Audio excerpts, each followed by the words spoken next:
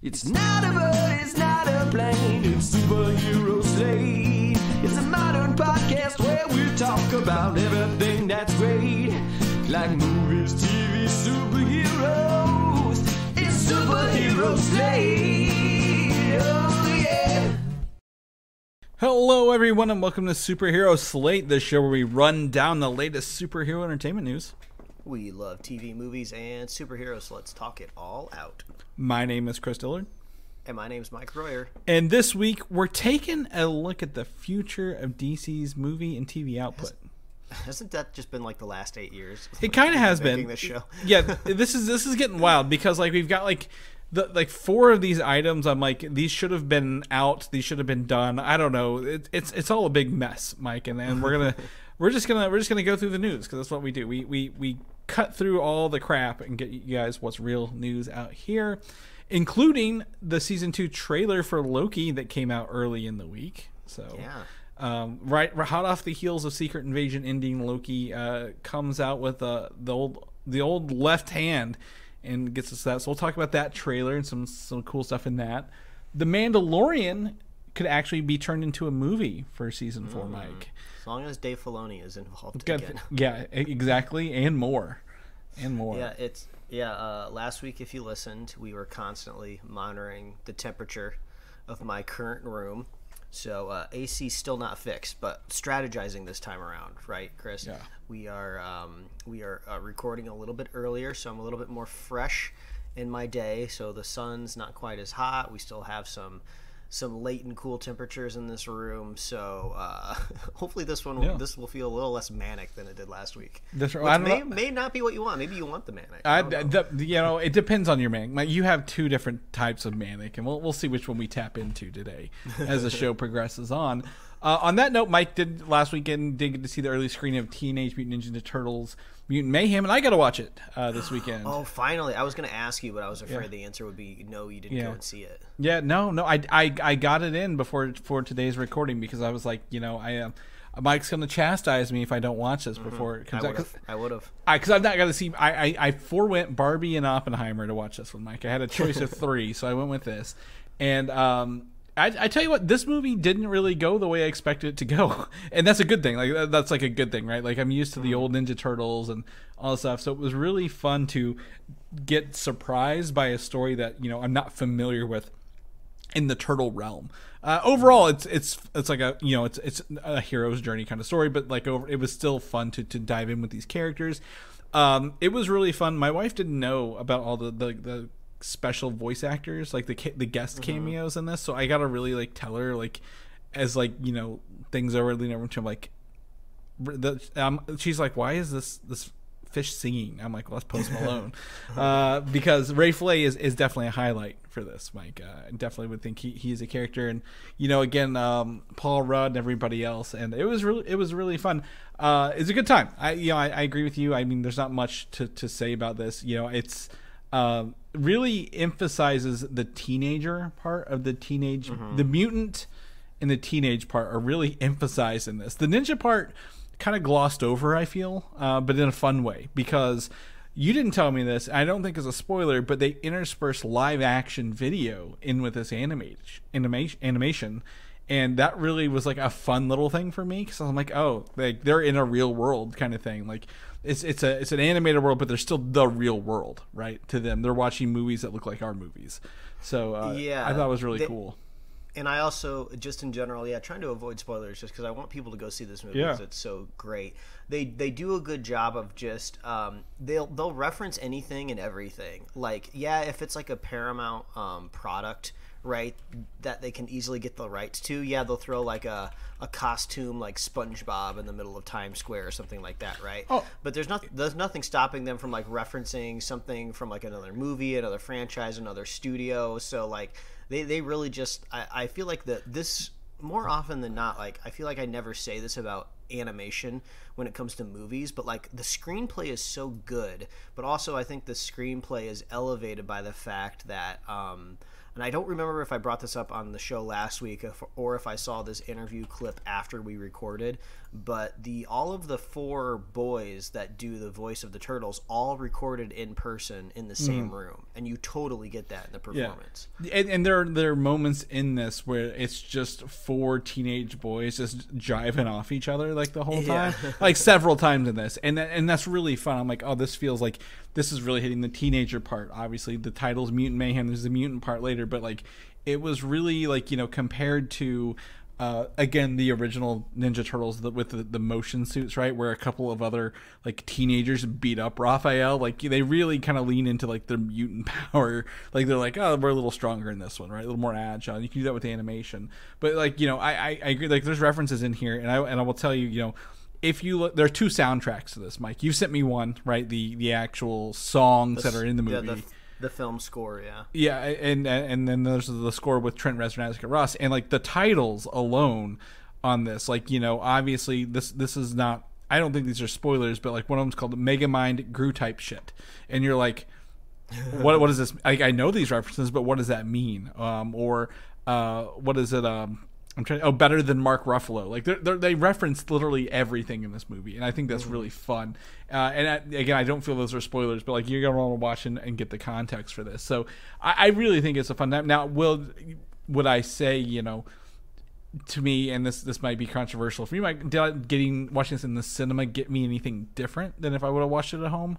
I'm not sure, but I'm still glad I saw it at the end of the day, right? So I had the advantage of seeing it. I don't know how packed your theater was, but since I went to an advanced screening, obviously the room was full of people that really wanted to see this movie, and I think the jokes play really well with a crowd as well. So that was great. I'm looking at I was nervous to check the box office, right, for this movie because I don't want to see bad news. I want to see a sequel, and it looks like it's performing above expectations, which is great. Yeah. So the studio is getting more than what they wanted, and also they're competing in like the 3rd week of like these mega movies like Oppenheimer and Barbie. So the fact that they can perform above expectations with that competition, I think it's pretty impressive. Yeah, I think given the choice, if it's August and you have the funds ability to see one movie this month, right? I would choose this over Blue Beetle already, and I'm not even seeing Blue Beetle, right? If I could, like, if you had one movie to see this week that's going to focus around superpowered teenagers or like young adults, this is the one I would want to go see at the end of it. But overall, good time. I think the voice cast is spot on. The kids, you may not know them, but they nail the Turtles. Everybody else fits into their role really well. A lot of humor, tongue-in-cheek things. It was just a good time. Like I had a good time, and I'm glad I got to see it before. I guess this is still opening weekend. It feels like it's been out for a whole week because you saw it earlier, but it's just opening weekend. So, absolutely huge recommend. And then also, I don't have notes here, but I should tell Mike, if anybody has any like old video games they want me to play or like can recommend, send them my way because I'm diving into my childhood, like getting regular Nintendo games and playing those on my TV this week. We played my wife's friend who's a teacher, her husband was over with them, and we played all 16 tracks in Mario Kart 64 on Friday night while they were talking about school stuff. We were like, we don't want to talk about this. What are we going to do? Mario Kart 64. And let me tell you how that glitchy that game is, on a 30-year delay. You hit a banana peel and like 5 seconds later you spin out kind of deal. So I've mentioned on the show before, there's a YouTube channel called Summoning Salt where he chronicles time trials and speedruns for games. And he has a whole video about Mario Kart 64. And yeah, there's some like crazy glitches that you can do to like beat the tracks. Not even just like the little skips, right, that we learned as like kids. Oh, if I turn off this turn at Rainbow Road, I can make it down there. Like these people are just like, oh, if I hit this right pixel on this rock right here, I'll tumble until the end of the stage and clip through the map. So yeah, those games are wild. Yeah, it was fun. So highly recommend that. Let's jump into the news, Mike. Let's get into this. We don't have a lot of build up here. We want to make sure you don't cook in your room while we're recording. So we'll get started. But let's start with Wonder Woman 3, our featured image. Wonder Woman 3, Gadot, I always mess up her name, has confirmed in an interview that a movie for Wonder Woman 3 is in the works at DC Studios. But with that, Patty Jenkins is not involved in this third movie anymore. Yeah, So I gotta imagine. You know, we talked about it before, and whether or not the news ended up, I guess news in quotes, right, was real or not. It was the whole thing of what that whole Wikipedia article of like of story arcs or something like that was going back and forth. We never really got the final answer of what was true or what wasn't. But I think if you just kind of like abstract it all out, it seems like there just wasn't a great relationship there between Patty Jenkins and Warner Brothers. And who knows, maybe that poisoned the well for the second one, which both of me and you did not like. So this could be a good thing. Yeah, and I don't know if the second one really poisoned the well. It came out again. It's one of the, I think it was the first casualty of COVID, right? Really, I think, where they were like, we're not putting this in theaters, we're putting it on streaming. I don't even think theaters could have saved it, that movie, as rough as that was.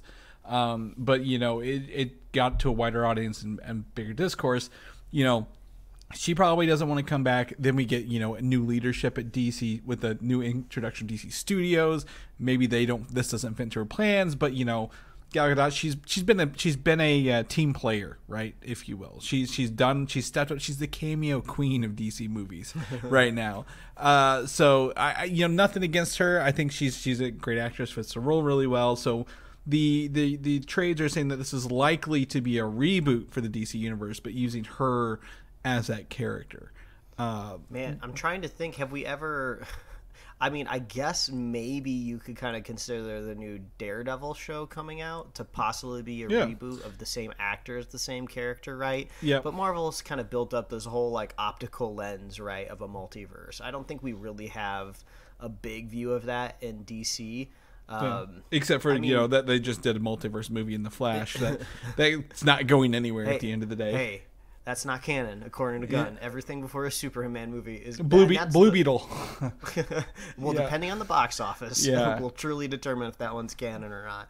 But it really does just seem like, I mean, I know it sucks if we lost Gal Gadot as Wonder Woman because she played a really wonderful version of it. But like, I'm all for the hard reset right now. Right?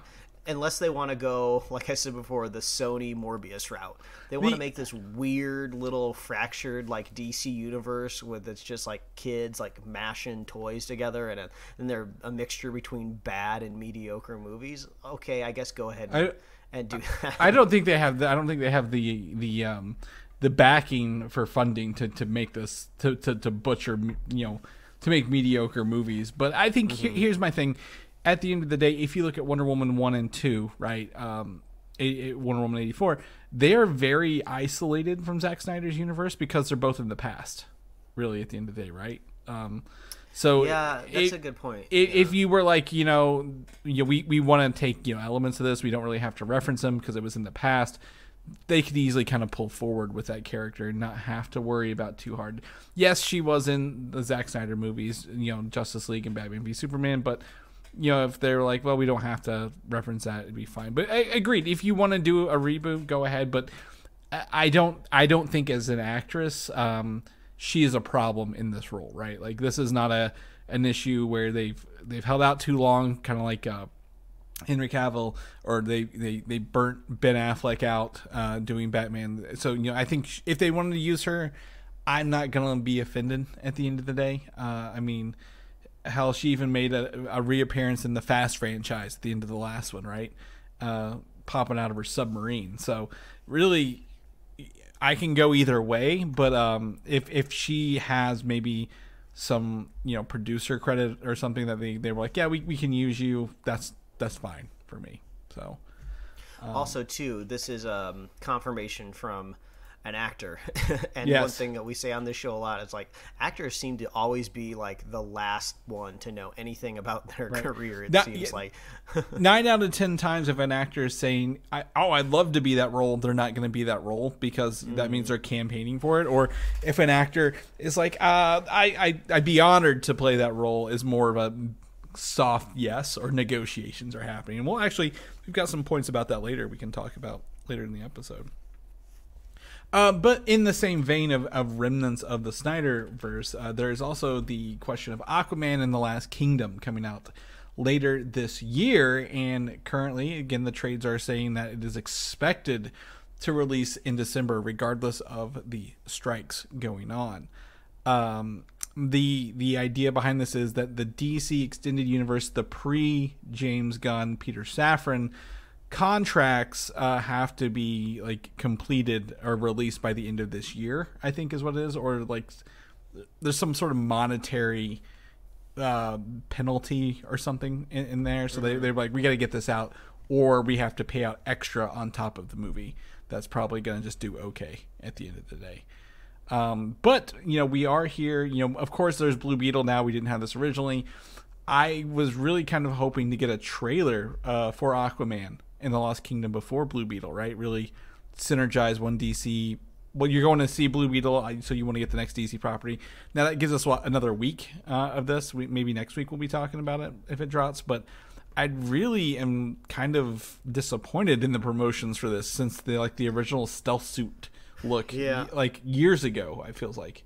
Yeah, I don't know if they're still in a decision-making status at this point with this film. But, yeah, that next trailer is going to tell us a lot about what we're going to be seeing in that final movie, right? You know, we want to know how much Amber Heard, right, are we going to be seeing? Are we going to be seeing a rumored like recast? You know, are they going to kind of telegraph that she's going to like die very early in the first act and they don't even have to worry about the character of Mara, right?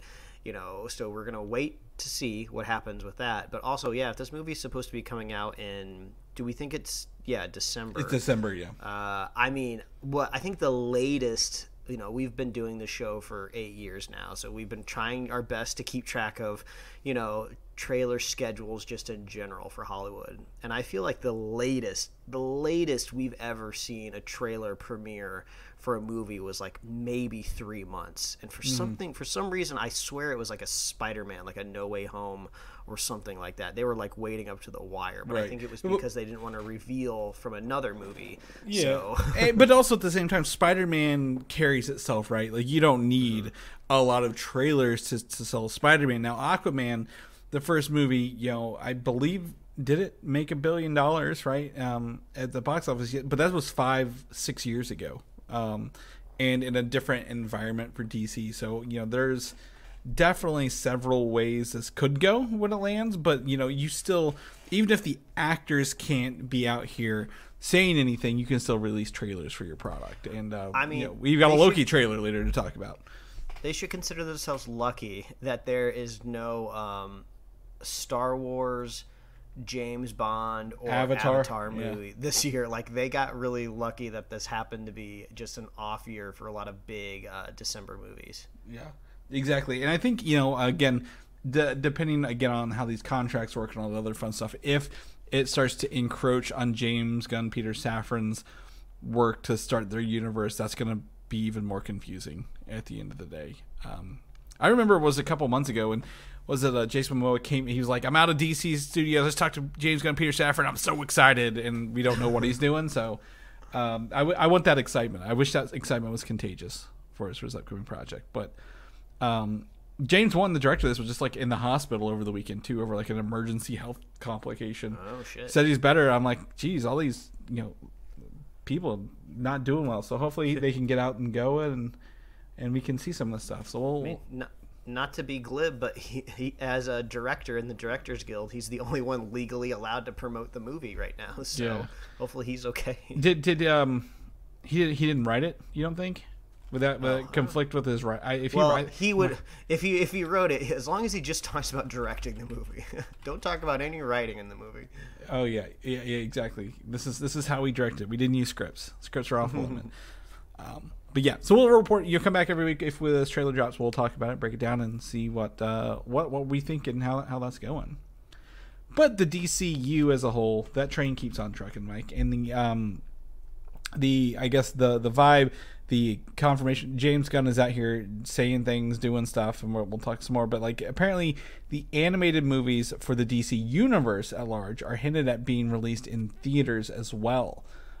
Mike, or at least starting to be released in theaters. Now, we don't know what these entail, but we do know the some of the Gods and Monsters movies for this Phase 1, Part 1, are supposedly animated. So that sounds like, obviously, from a fiscally responsible company, they're like, we cannot just release these straight to streaming. We have to get some money back on these, so we're going to release them in theaters. Gotcha. So so if this is their plan, right, I'm totally on board with this, right? Because I think they're seeing the energy and the excitement, right, in the kind of Spider-Verse space. And like now with TMNT, like why can't we join that? That would be really, really cool. But I think they're really going to have to bring it, right? I think the reason that those movies are doing so well is that they're so visually creative and unique, and birthing this new era of feature animation. So and they're just good. I think that's not. It's not just the visuals. They are good stories and good movies. They're not just.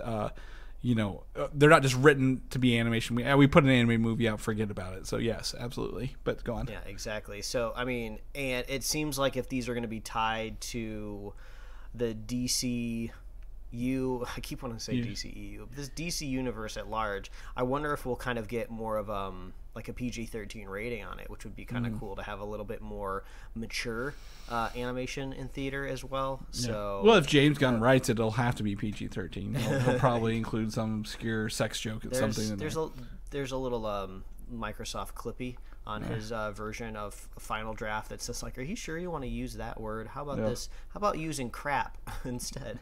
Yeah, we don't want to talk about Aquaman sleeping with fish, and we're using sleeping loosely here, but this does not include like the Tomorrowverse features, like the ones that we're used to seeing from DC Anime, right? Like the upcoming Crisis on Infinite Earths or the Watchmen, the Batman and Harley Quinn, like those animated movies they keep cranking out every like 3 to 4 months, right? Those are not part of this. This is just the DC universe. The I guess what's the word? It's like the MCU, the DCU. It's like those, anything that affects the storyline, that'll be in theaters. So that seems to be a smart approach. Again, hopefully, as you said, they take a good visual style, but also they write a good story. At the end of the day, that's what we want, and that eventually sells. I don't know if you knew this, but the movie Elemental that came out, it has been in the box office long enough to actually turn a profit and become a successful movie for Pixar this year. Nice. When you don't look at opening weekends, but like over time, they didn't just drop it on Disney Plus within like 8 weeks. They kept it in theaters, and it actually has turned a profit and become really successful. So like, this is probably I hope a good lesson for animated movies. Like you may not get it in opening weekend, but there's over time the ability to go see these movies. So I guess we do kind of forget like a kind of a kid-centric box office is not like, no one's taking their kids on like Thursday opening night, right, for a good like strong Thursday for a Pixar movie, right? Maybe if it's like an Incredibles or an Incredibles 3, and that's mostly adults. But yeah, so like those movies are on a different schedule, and a way to look at success is again over time. Just you don't have to dump it on streaming immediately, despite the fact we may enjoy that sometimes. But we're going to shift into Black Adam. Do you remember this movie that it came out last year? Yeah. Boy, okay. Do I. Dwayne Johnson has gone on an interview this week. I've linked the interview in our show notes here, and he has blamed the change in leadership for Black Adam, the character not continuing or getting more movies. Sure. His exact quotes, and I'm sure if you look at it through, as Stephen Amell would say, a myopic lens here. He says you had the biggest opening of your career for Dwayne Johnson, which is surprising. Sure, no China, which could have been maybe $100-200 million more dollars. You have a superhero, and you want to grow the franchise. You bring back Superman and Henry Cavill, which the world went crazy, and we created a diverse superhero portfolio where we have just men and women of color in Black Adam. He makes some great points here. I think, obviously we want to see diverse cast, diverse actors. It did make some money, I'm sure, but we don't know those exact numbers. We've also reported as a huge loss for the studio. So I think, I don't know what the truth is here, but obviously we're probably not going to see another Black Adam movie unless Dwayne Johnson needs to put this aside, much like he did with his Fast beef with Vin Diesel, because he needs a hit on his career to make some money. I mean, I think like two things that I would point out here is first, echoing what you just said, Chris, about those animated movies that have been coming out, like Spider-Verse or Mutant Mayhem or Mitchell's versus Machines, right? You know, I'm talking about the visuals, and you say, but those are just good movies, right? Yeah. That's what you need to make, Yeah. Dwayne Johnson. You just need to make a good movie. And then, yeah, biggest opening of his career, which I was surprised to hear that too, since he's like the biggest paid movie star like in the world. I don't know if that's still the case, but at least it was a couple years ago, right? But like you don't just have to have like a big like opening. You have to have like the biggest opening with some of these superhero movies, because the drop off in the second weekends are so big that like if your movie's just like mediocre, like you're not going to be successful just off of like an opening weekend. It either has to be catastrophically large, or you have to create so much buzz that people come back the second weekend. And the reviews came out, nobody really liked it, and like why would we go see it? Right. Well, exactly. And honestly, I think he again makes some good points, but that doesn't necessarily, all these other things make it successful and mean like we want to make another one. You can have just a single movie. It doesn't need to be a franchise. Sure, it's in DC and they're going to franchise everything, but you don't have to do it. And you know, it's Black Adam, you know, at the end of the day, it just wasn't fun. It seemed very tropey, if you will, right? And it suffers from that clause he has in his contract where he can't lose a fight. Like at best he can draw, but he can't lose a fight. So obviously he never really lost. But I think it's going to probably suffer similar to Blue Beetle, right? The Blue Beetle has the tropiness like that, but isn't like maybe successful tropiness. So I don't know. I mean, yeah, you can blame the change in leadership. Didn't he also, remember he tried to like create like a coup in DC, right? He tried to take over DC Universe before they hired James Gunn. So there's probably a lot more to this that we don't know. He was like, the power has shifted in the DCEU, and it's just like, man, you're a little out of touch with the fan base, Rock, because the DCEU was crumbling before your movie ever really got announced. Yes, but and against all this, in his defense, he made what the largest personal contribution to the maybe SAG-AFTRA, maybe WGA, the fund to help people who are striking and not getting jobs during this, like keep their what's that called? The fund to support people who are not that. So it's just the strike support fund is usually kind of how it's referred to. Yeah, I don't think anybody here is dissing just like Dwayne Johnson's just, you know, overall like personality, right? But it's just like he's a very specific type of actor who's been making very specific types of movies, and he's been successful at that. And I don't think we can just assume that you can just keep doing the same thing and keep seeing increasing results, right? Like Dwayne has transitioned from becoming just like an actor into like he is a business in and of himself, right? So, and like businesses have like that demand of growth constant over and over and over again.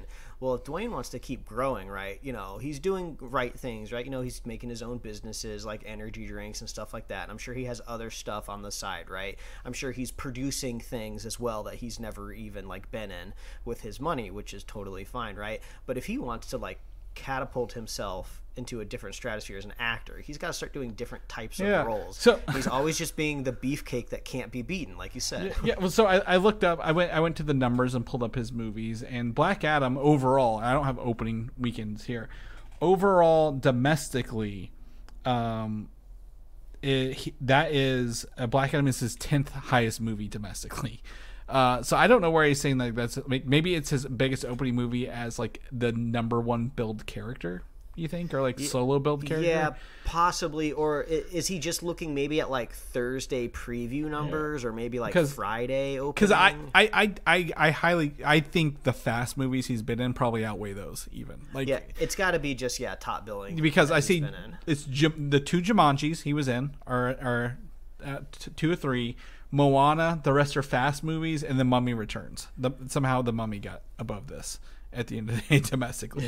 He's co-starred primarily in those Jumanji movies. So absolutely. I think maybe he was looking solo. If I flip it to worldwide, Black Adam moves down like 15th. So it's mostly Fast movies. Somehow San Andreas got in here. I don't know what's going on with that either. But none of these movies, other than, I would say, to me, Jumanji's good. Moana's probably the best movie he was in, right? Out of that list of movies I just named off. So yeah, you've got to be doing good stuff and not just holding yourself to tentpole blockbusters, if you will, at the end of the day. So there's opportunity for him to grow and still become a well-known and respected actor, other than just a beefcake in a film at the end of the day. But anyway, I don't think we're going to see more Black Adam, Mike. That's what the whole point is. I don't think we're going to see him anymore. No. So. Unless he makes an animated cameo in Creature Commandos. I guess he could bring him back animated. But Creature Commandos, James Gunn has confirmed on Threads, if you're not on Threads, he's on there, that season 1 of Creature Commandos is 7 episodes long. And voice acting is done, meaning it was finalized before the WGA SAG-AFTRA strikes started happening and affecting all these productions. So they are probably really a lot farther along with that than I expected them to be, really, at the end of the day. Looking up the episode numbers for season 1 of Invincible.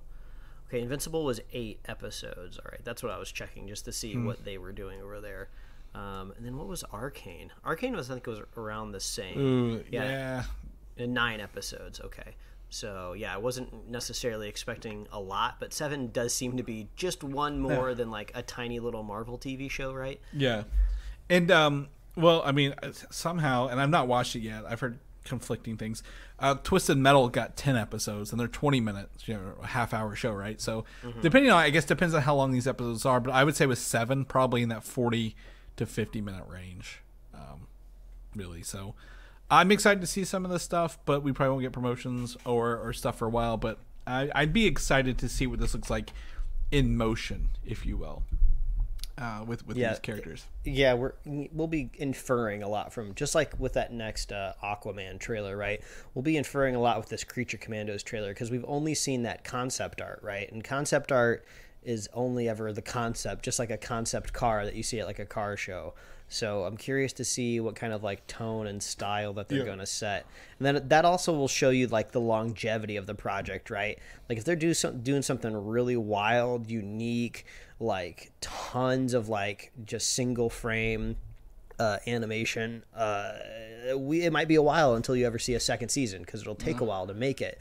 So that's always with the premiere of something animated. They always have so much more lead time to give you that first season. And this kind of goes, actually, I think, the TV shows go against the other animated movies concept.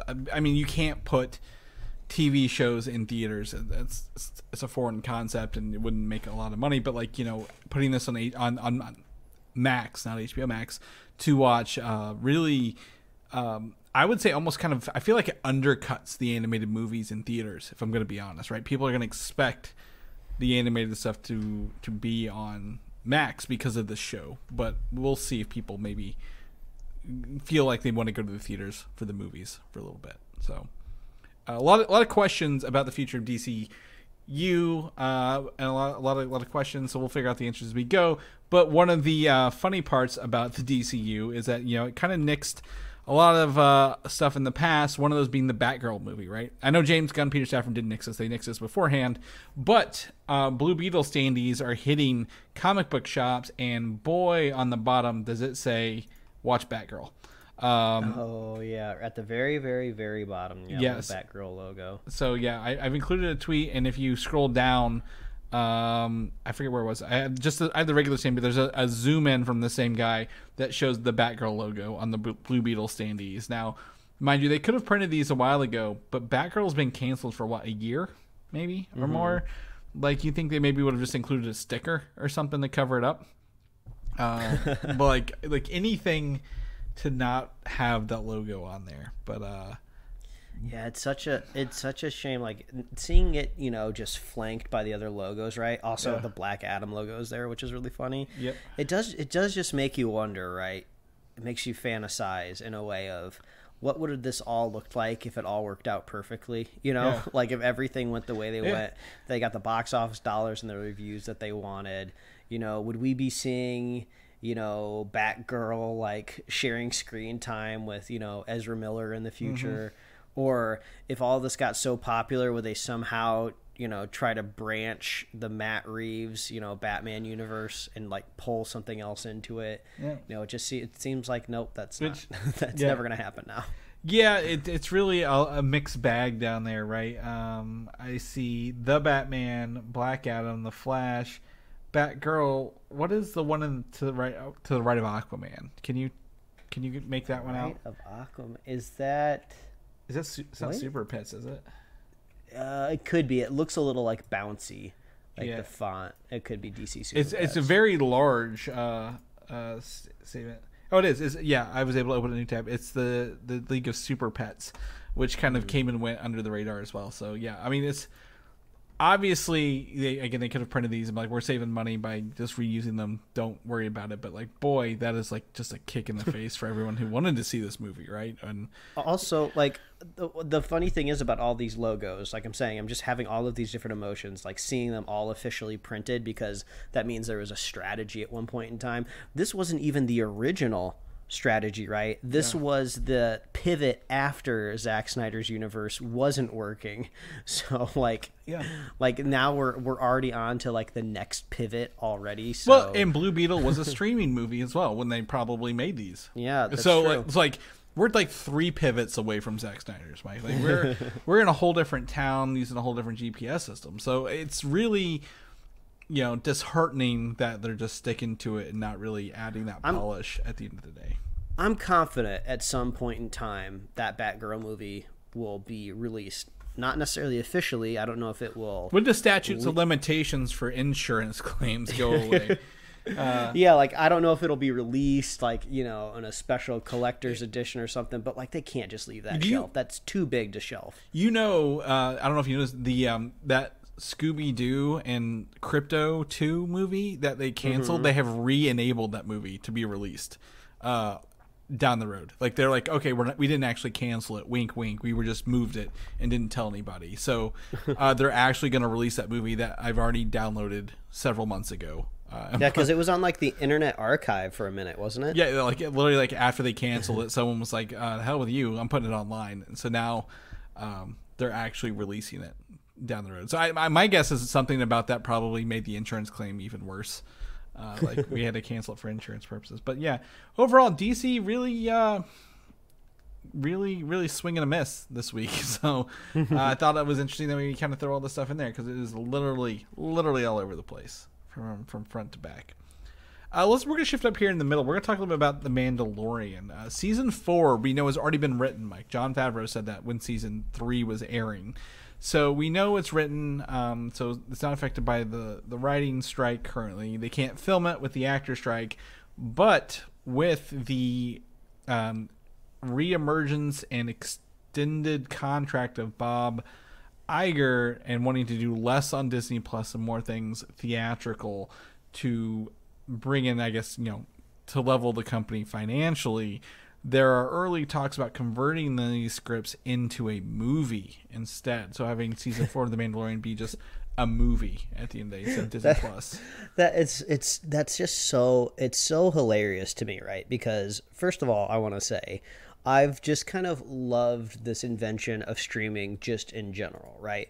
Because I love the fact that I can pay for an option to have entertainment commercial free, easily streamed in my home. I don't think that should be underappreciated or just unforgotten, right?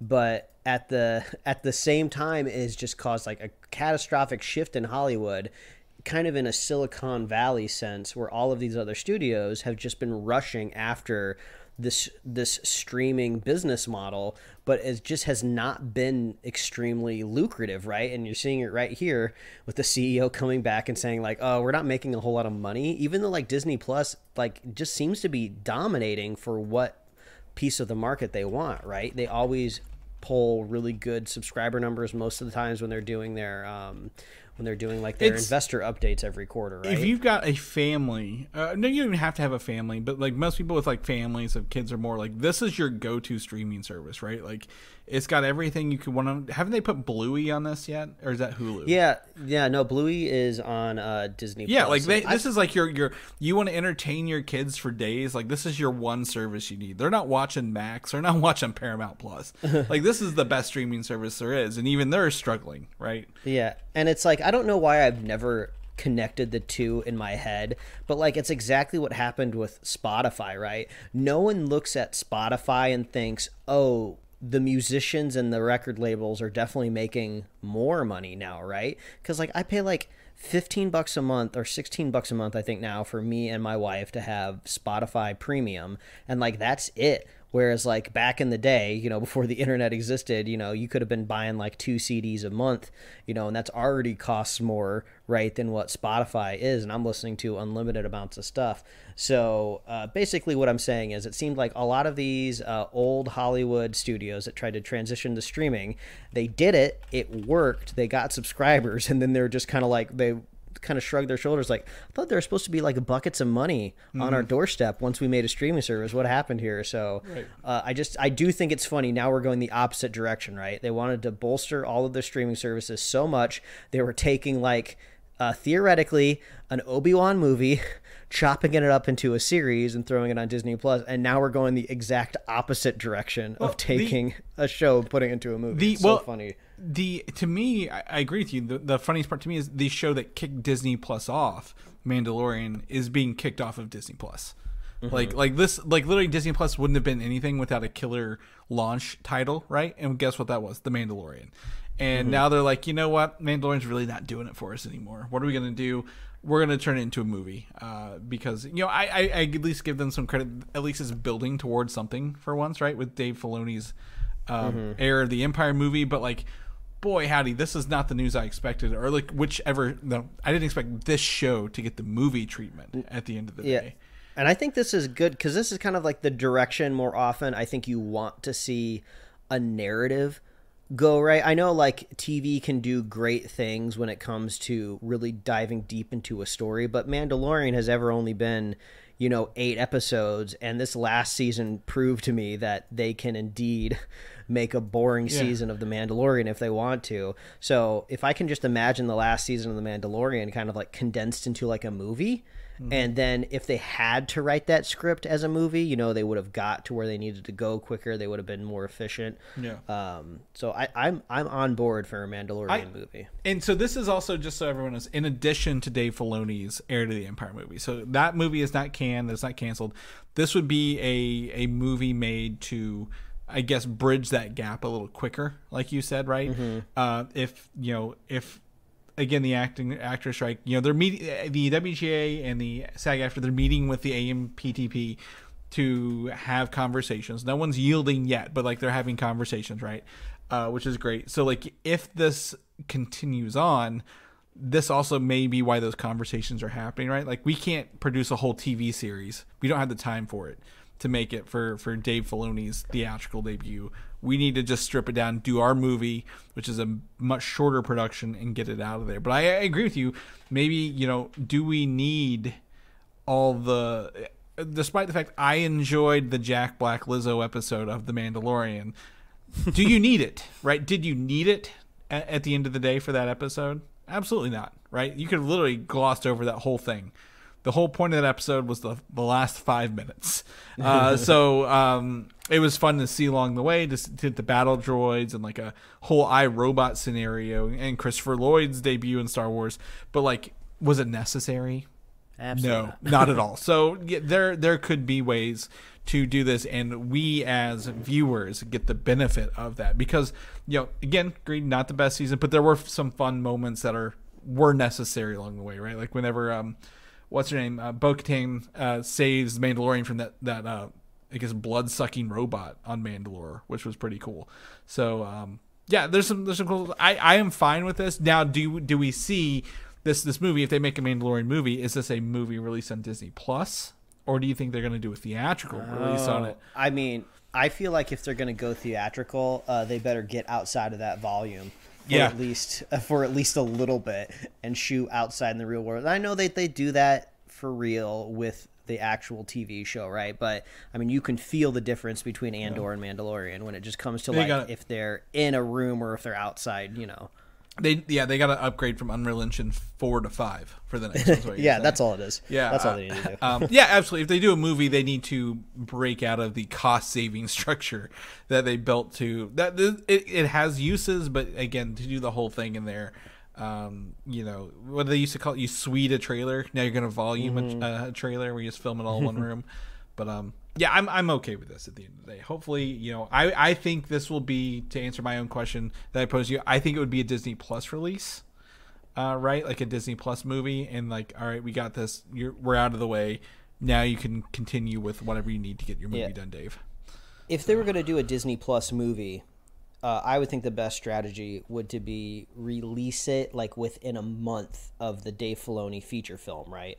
And I would assume the Mandalorian movie keys right up into the Filoni movie as well. So you just like, you get, you know, 3-4 weeks of streaming that movie on Disney Plus, then you go right into the Filoni movie. Yeah, I can see, I would maybe 1 month is good. I could see also up to 3 months, just so the advertising for Filoni's movie doesn't ruin anything in this movie, if you will. But you know, there's again, what was it? Captain Marvel fed into in Endgame, right? So that was pretty fun. So I think there's opportunity to do that as well. So I don't know. We'll figure it out. But speaking of Disney Plus, things that excite us for Marvel and Disney Plus, Mike, I think we can both agree, is Loki season 2, and we got a trailer for this week, and boy, it reminds me how much I missed this. Like watching this trailer, right? I'm like, oh, this is fun.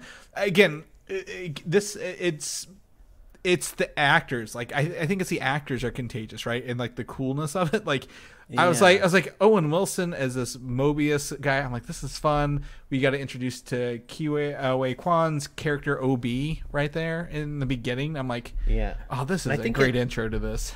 And I think it goes to show just the value that the show gets from its production value, right? Even just watching a trailer, it just looks beautiful. It looks different.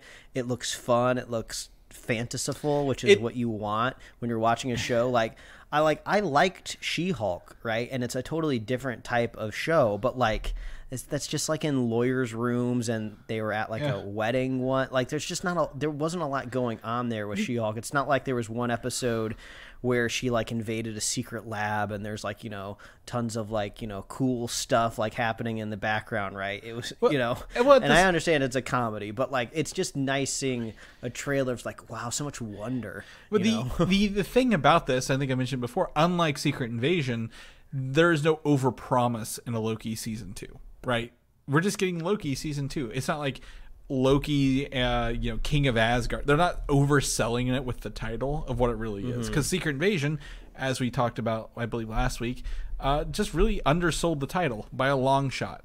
So if you're getting Loki season 2, you're like, okay, and then it really kicks off like, oh, Loki is time slipping, so he's being pulled through time, and nobody knows what that is. So boom, there's our mystery for the episode, and we get to see him kind of go through several times, including what appears to be like an early 1900s, late 1800s kind of era, where we get to see it was from the ending of Ant-Man and the Wasp: Quantumania, right, with a version of Kang. We get to see a Miss Minutes kaiju monster in like that same era kind of come to life there, which was kind of cool. You know, the other characters, I forget what the it's not Agent 18, whatever that the lady's name who arrested him to begin with. She was in that. Ravonna Renslayer, fucking Tom Hiddleston doing his hair flip every chance his Loki hair flip every chance I think there's like 4 or 5 times this trailer he does that. And then obviously Sylvie back working at McDonald's in one of the clips or one of the shots. I don't know what to make this. I don't know how it's going to start or it's going to end. There is a shot of Mobius getting into a spacesuit to go out to the end of, looks like a branching timeline or a coupler like that, maybe like it's supposed to do something with the timelines. That was really, really cool, right? Because I feel like the fandom, and I think rightfully so, latched onto that visualization of the timeline fracturing, and we've not really seen a follow-up on it all that much. One thing that is a little, I don't want to say necessarily confusing about this trailer, but the Loki, the first season, and it looks like the second season, they've always leaned into this concept of time, right? We have Miss Minutes, like the TVA are basically like time cops. And if you kind of fold in the explanation from, what was it? Was it Endgame, right? When they were doing time traveling, and then the Sorcerer Supreme, or I guess the old Sorcerer Supreme as a ghost, but in the but in the past. Yeah. When she was explaining how when the time branches off, you're creating these alternate realities, right? Which is kind of another way of saying multiverses. But I feel like the multiverse that's been explained recently is like, oh, it's always been there and it's always been around us. You just can't see it or you can't get to it. Whereas Endgame and Loki kind of postulate, no, that there was always just one universe until you came in and broke it. So it's still like a little confusing of where we're supposed to be. Well, and yeah. I know like the people have been, and also like the time slipping, as you mentioned to me earlier this week, looks a lot like, the Spider-Verse glitching, right? Yeah, exactly. So like he's like morphing around and like being pulled and stuff, and it looks like the characters. I forget what they called it in the Spider-Verse movies, right? Like wherever they're like, oh, you're out of your timeline, or you're out of your universe, we're gonna pull you. So as you mentioned, is it time travel? Is it multiversal? Like they call it time slipping.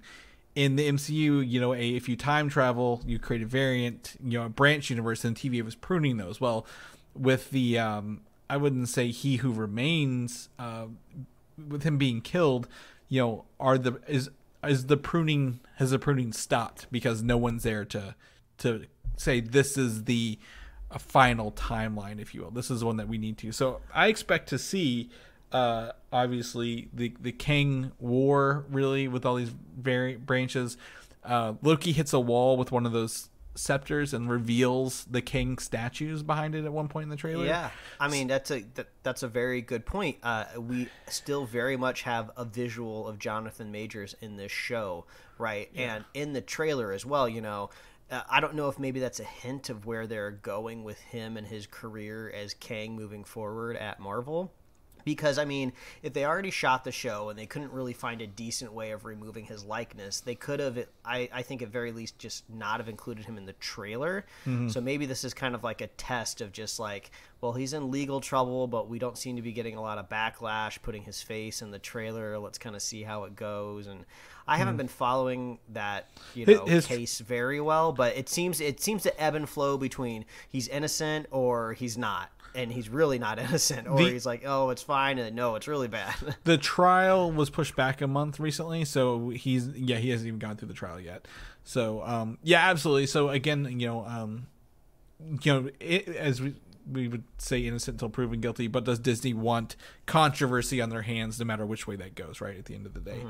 So, but yeah, he was definitely in it. But at the end of the day, it's really again a Loki show, and it's I miss the TVA boxes where they ported through stuff, and that's gonna be really fun to see those come back. I thought so. I don't know where this is going, but like I said, Loki has no consequences that we know of yet, which is cool, right? I think that if any show is going to affect the MCU going forward at large, it has a chance to be Loki. But I'm very excited to dive back into this and really just spend some time with Tom Hiddleston doing Loki stuff throughout the universe. Do you think Mobius is going to get his jet ski in this one in the season? Not till the series finale. Not till the end. Too soon. Yeah, I'd love to see him. He's supposed to pop up in Deadpool 3, so I'd love to see him do that as well. But that's coming out October 6th, by the way. So if anyone had forgotten, we are a short 2 months away from watching Loki in at home, not theaters, at home on Disney Plus. Starting that. This is hot news, Mike. I actually typed this while we were talking already. I don't know if you knew this, but I Am Groot got a trailer today, confirming season 2 for September 6th. Kind of how we, I guess, speculated several weeks ago, which is National Tree Day. So the first link we have in there is a trailer showing off some of his little journeys. It's still baby Groot as far as we can tell, from Guardians 2 era, not the teenage Groot, sadly. But he is going to be, building snowmen and getting a nose and some other goofy stuff. Looks like he's driving an ice cream truck as well. Yeah. So fresh batch of shorts. I'm gonna guess 5, right? Maybe that's how many they did last time. Could be 5 or 6 of these little shorts. The other thing is a poster here showing Groot with a baby bird in his head for the poster on again National Tree Day. That's pretty cool. I have no qualms. This is the kind of stuff bit for streaming, Mike. I like this kind of content on streaming. Like it's little fun things. I've always wondered how much shorts kind of in general like move the needle with streaming services, right? Because I feel like a streaming service would hope there's a future where all they would have to make is kind of shorts, because they're cheap to make. You get to say, oh, we've added something new, it's a new title to the lineup, you know, the library gets a little bit bigger, but you know, the shows are like micro dosing, right? So I don't know. I think the problems with shorts though is you never get kind of like the big swell of an audience talking about it, right? You know, you're in and out of it like so quickly you forget about it. And I forgot about season 1 of I Am Groot until we brought it up here. Well, I think they're good supplements, right? Like they're good to have as an option. And I will use Disney's Mickey Mouse series that popped up in 2015, I think, or maybe 2013. As an example, these are like 2 to 7 minutes at most. So these are like Emmy award winning shorts, if you will, with this art style. Like I think you can be really creative and have a lot of fun and be very concise in your stories that are non-consequential, really, at the end of the day, in a short form of entertainment, especially animation. The Disney ones I'm talking, the Mickey Mouse shorts that are actually, they base that ride. What's that new ride at Disney called? Runaway Railway. That's the animation that this is based on, and that's the animation style in the new Illusion Island game for Switch that my wife has beaten in the first week we had it because she was obsessed with it. So I think there is a benefit to shorts as filler at the end of the day. Aqua Teen Hunger Force to me is a short TV show, right? Those were 10 to 11 minutes. So I see value in it, but like I said, you know, I get what you're saying. Like there is no, what do you call it, zeitgeist, no water cooler talk, if you will. Yeah. I guess we should not also underestimate the power of children's access to Disney Plus. Yeah. If one kid out there really likes Groot, they may have watched every short of I Am Groot like literally like 30 times. Yeah. Yeah, you need to go to the bathroom by yourself and your kid won't leave you alone. Put on an I Am Groot episode real fast. You got this. But yeah, I think they're harmless little things. But coming out September 6th, just a month away. So they'll be next on our release list. We're going to shift into Coven of Chaos news, Mike. We've talked a little bit about this with the Witch's Road, but Aubrey Plaza is rumored to be playing a character called Rio Vidal, the first Green Witch in Marvel. Now, the only thing I could find about Green Witches in Marvel was the character Enchantress, which you're familiar with. She's, you know, a mystic magic user, but this is not her. I can't find anything about this. But the biggest flag here is also that this person, Rio, is an ex-girlfriend of Agatha as well. So they have a history together whenever the show starts. Oh, I mean, I guess I never really envisioned Enchantress as a witch, even though I guess if you look at it, you know, out of context, you know, I guess, yeah, that those are witchy powers. But, you know, when you're always kind of paired up in like an Asgardian sense, I just kind of considered her more of like a Asgard figure, you know, Well, I would say, you know, I thought about that too, and I was like, oh, well, Thor's mom, Freya, she calls herself a witch. Like, you know, she's one of the witches as well. Does that make Loki a warlock then? He's more of a wizard, if you will. But he's a magic user. He uses his own kind of trickery magic, but it is green. Notice that it is. Marvel has color for their magic, right? And orange is Doctor Strange. I guess structured magic. Red is, you know, chaos magic. Green is going to be probably like maybe trickster magic at the end of the day. Yeah. So Chris, you know, the audience already knows this. You know, I am just anticipating one day just an extremely sophisticated lore dump on many levels just to set the record straight with the MCU. Just give me a long monologue of just like a witch in one of these shows or movies, just like really explaining magic, you know. Yeah. Here's a chart, here's a whiteboard. This is where Doctor Strange and all of his kids and students access magic. This is how I access magic.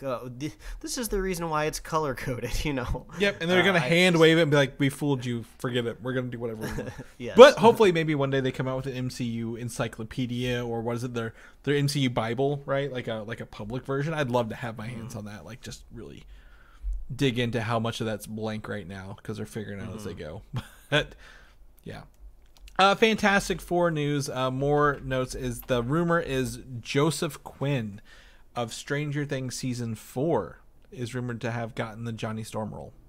Is that the Eddie Munson? It is Eddie. Yes, Eddie from season 4. So extremely popular. That's so hot right now. That's a good casting choice for sure. Yeah, absolutely. So he'd be Johnny Storm, and then Vanessa Kirby, as we talked about, Mission Impossible Dead Reckoning as Susan Storm. She's the one you looked up, and you're like, oh, all the artwork makes her look like Susan Storm.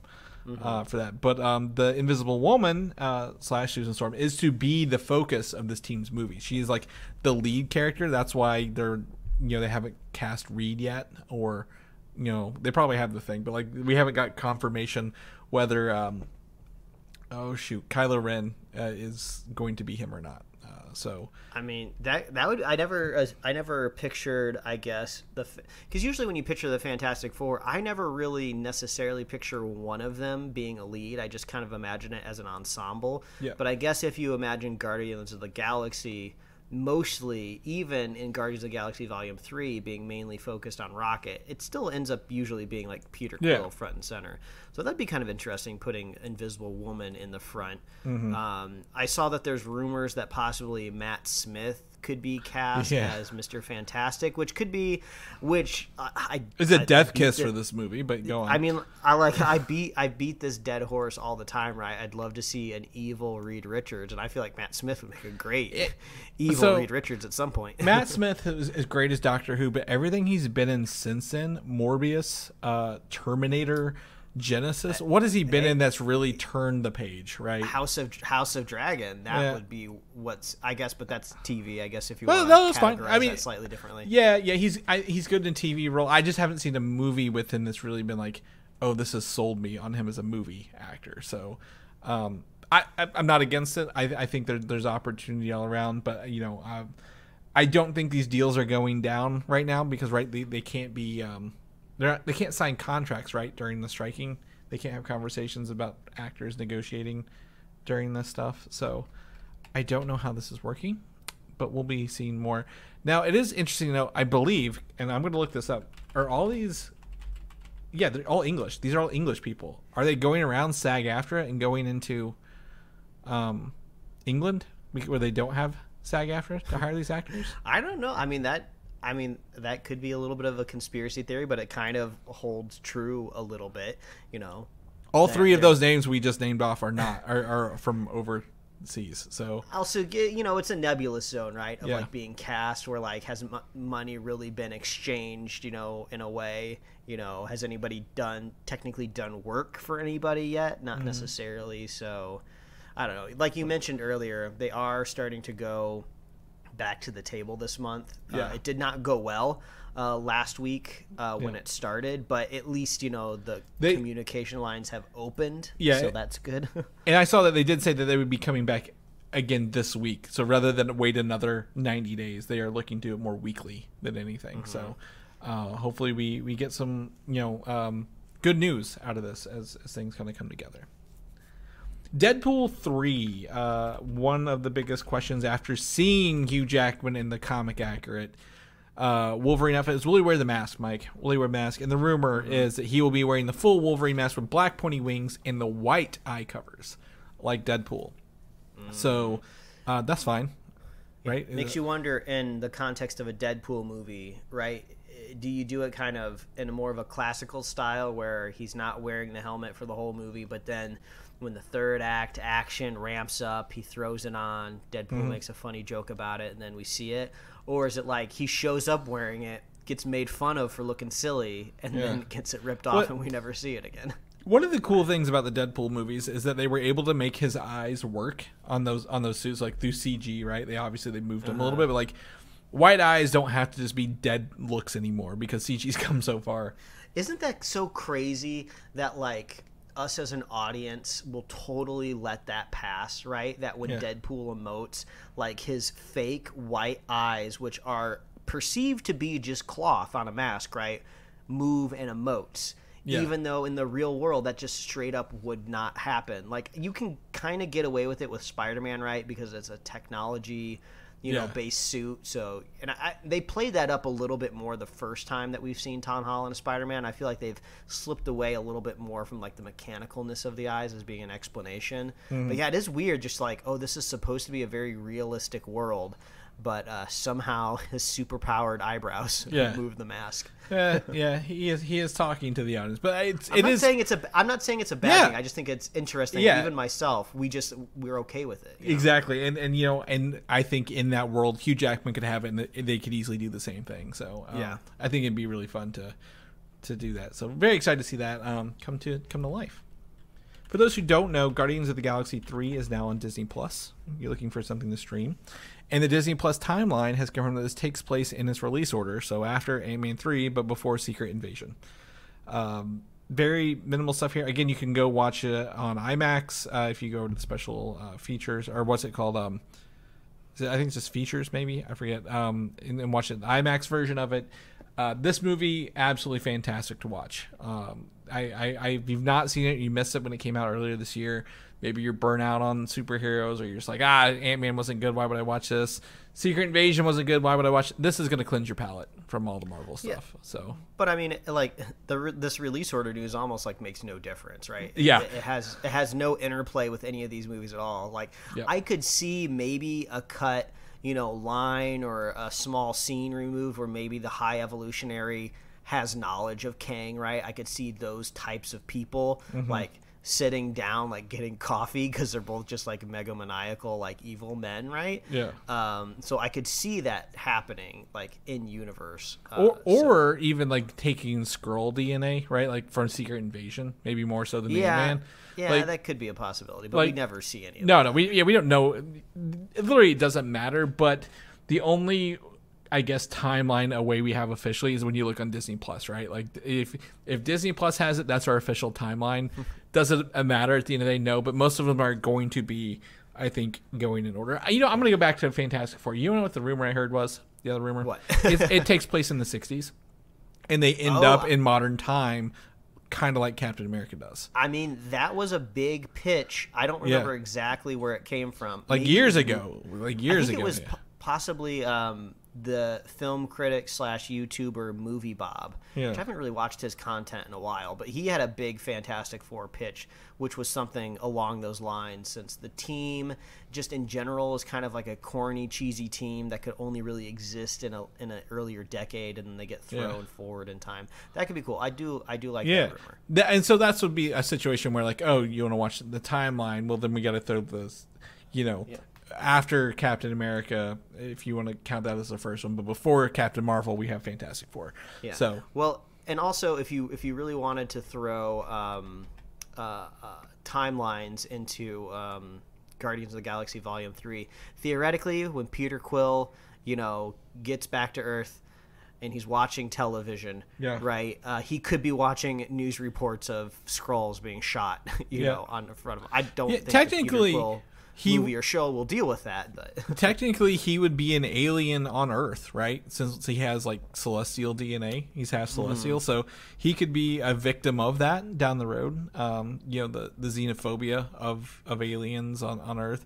But honestly, the only thing that matters is it takes place after Thor: Love and Thunder, because they were in the intro, right, with that. So at the end of the day, that's really all that matters. I think you can watch them in any order and you'll be fine. But that would explain why Thor is not with them. Is watching the first part of Thor: Love and Thunder. Avengers 5 and 6. These are coming out eventually. 2 years apart now, right? Remember they spaced them out. But Kang Dynasty and Secret Wars working titles are confirmed to be called Apple Pie 1 and Apple Pie 2.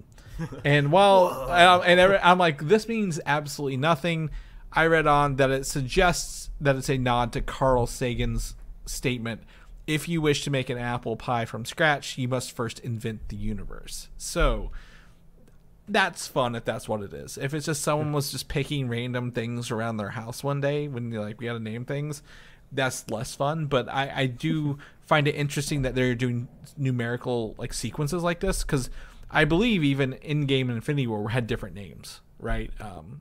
Now, mind you, there was a 5-year time gap between them. Will there be time gap between these? I don't know. Maybe they're filming these back to back, Mike. At the end of the day, will we see abstract black and white photos from the set like the Russos did with Easter eggs of what the movie title was going to be. That was a fun time. Man, that was before the world descended into madness. Remember whenever they tried to tell us that the title was not in game? And they were like, they didn't say it in that first movie. What are you talking about? And then up until the point where like, okay, it's called in game. You're like, you sons of bitches, you got this. Bastards. I mean, I guess if you had to infer from, if you had to make an apple pie from scratch, you must first invent the universe. Yeah. I mean, that's really the only stakes really left, right? When it comes to Marvel, like Endgame, the stake was literally half the universe, right? They brought half the universe back, so they saved half the universe.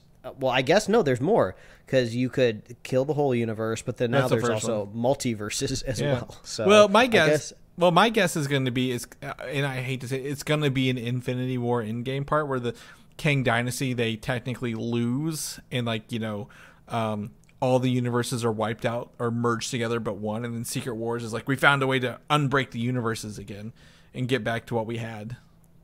Yeah, it does really make you wonder what the grand plan is here now, right?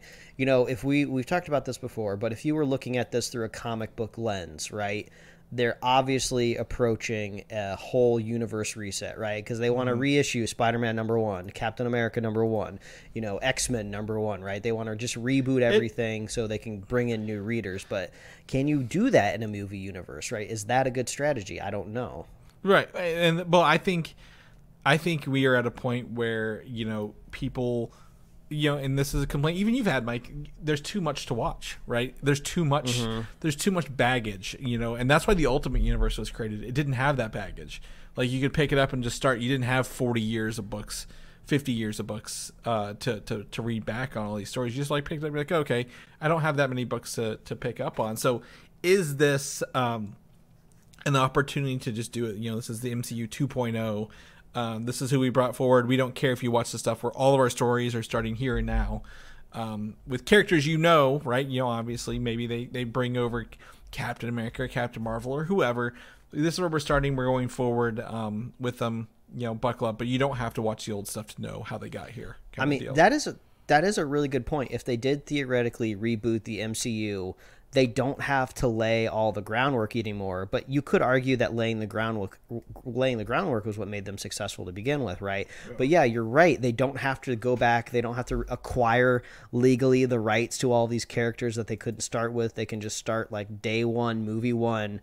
Hey, cameo of a She-Hulk here, right? We could throw in, Quicksilver over here. Oh, look, there's a Magneto. So I wonder if maybe money, honestly, like everything, is going to dictate the answer, right? Because I think, Anthony Mackie as Captain America, it's a cool story point to play, right? Because we do see that go on in the comics.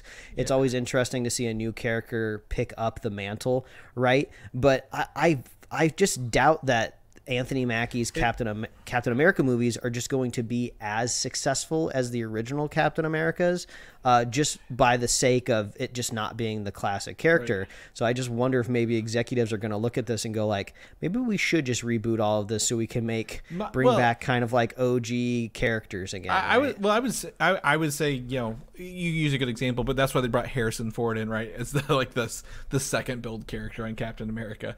But I think there's the point here. Kevin Feige doesn't want to do this forever, right? Obviously, he's going to make enough money and he can retire or go work on another project of his own, right? Start a whole different universe. Maybe put him in charge of Star Wars. I don't know. So does he end his run with a reboot and then set it up for somebody else to take the helm and said, hey, I've set some characters and actors in motion, but feel free to create what you want to create going forward and reinvigorate the universe or world yet again in a different way. And I think that would be really important, right? Because you want to do that whole narrative. Not only do you want to conclude the narrative on screen, but also the narrative behind the scenes. Because that's one thing that the fan base has really gotten into is just, how does Hollywood work? How do these stories come together? So yeah, if there's this whole narrative, just like this entire chapter from this mega producer Feige is coming to an end, You know, I wonder if they would even if they would try to replace him 1-to-1. I think they'd probably do a Gunn Safran kind of move, you know, because then at least, you know, if things don't start to work out, you know, you can kind of let one go, bring in a new person, so you can never really truly place the blame onto one single individual, right? And you know, with Secret Wars being pushed back to 2027, 2028 would be the 21st year of them doing Marvel, right? So 20 years of Marvel in 2027. You end your 10 year with Marvel. You wrap up this narrative, and you refresh / reboot in 2028. That's a great story for everybody. That's a great marketing push. Can you imagine all the 20 years of Marvel stuff we did? I remember the 10 years of Marvel stuff. So, you know, 20 years of Marvel merchandise everywhere. It's just it seems too good to not do it. Yeah, I do have to say though, we are often begging, you know, that some mega producer as a Feige would just stroll on into our show, tap on our shoulders, and be like, "All right, boys, it's your turn.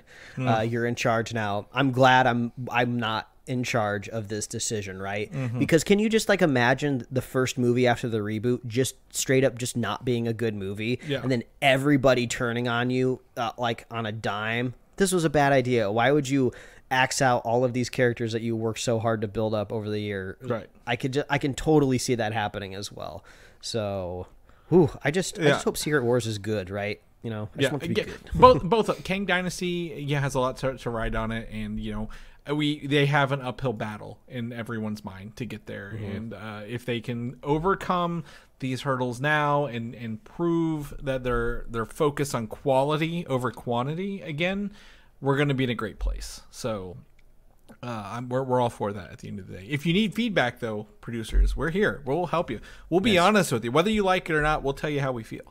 So I mean, we've been doing it I guess pro bono for 8 years now, so. That's right. we it's almost a fault how honest we are sometimes. So we'll let you know. But anyway, well, that is the episode for this week, Mike. It was a fun one. We got it done. Hopefully, you're not cooking over there. We came in under 80 degrees. We are in the high 70s in this room. So that perfect. I started in the 80s last week. We were like at 84 last week. So we're already doing much better. All right. Well, let's get you out of here. Get you on your way. If people want to know what you're up to, what you're doing, where can they find you at, Betty? They can find me at Mike Royer Design on Instagram, X, Threads. I don't know. Get rid of it. Plug in that social handle pretty much anywhere. I'm probably there. And then you can find other helpful links to find out more about myself. Chris, if people want to find you, where can they find you? Oh, yeah. You can find me on Instagram, Valdan87, or video games of that same name, Valdan, Valdan. If you know more about the show, come talk to us next. I guess this month we're doing Blue Beetle. It's our next review episode. We do review episodes. Come listen to that. Where can they find all that good information at? Man, I just realized I have to go see Blue Beetle. I forgot I needed to watch it. Yeah, it's for like 2 weeks. We're fine. We're good. Visit superheroslate.com. That's the best place to find all the avenues we host our show. And they got our awesome show notes. So if you want to see the lonely canceled Batgirl logo at the bottom of that standee, we got the link over there in our show notes. You can find us on Apple Podcasts, YouTube, Spotify, wherever else you love to listen to find podcasts like our own. If you want to get merch, you can find that at superheroslate.com/store. We love hearing from you. What did you think of Mutant Mayhem? Because if you're listening to this podcast right now, if you didn't see it already, you better be going seeing it right now, or you're not allowed to listen to the show anymore, and I will revoke your Superhero Slate superfan status if you don't go see this. That's right. I'm a Paramount shill right now. And you have to have that to fly now. So yes, exactly. It's like your real ID, like your passport, Superhero Slate superfan. At least our pass is like holographic. If you haven't gotten it in the mail, it's coming. Don't worry. But if you want to be a Superhero Slate superfan, all you got to do is share the show with a friend, share the show with a buddy, and go see Mutant Mayhem because I love it so much. I love my little turtles, my little tortoises, or I'm gonna mollywop you. Wow. Yeah, there you go. Yeah. Gitchy goo, as they say, Mike, in the movie. But we will catch you guys next week. Bye. Thanks for listening, and don't forget to subscribe.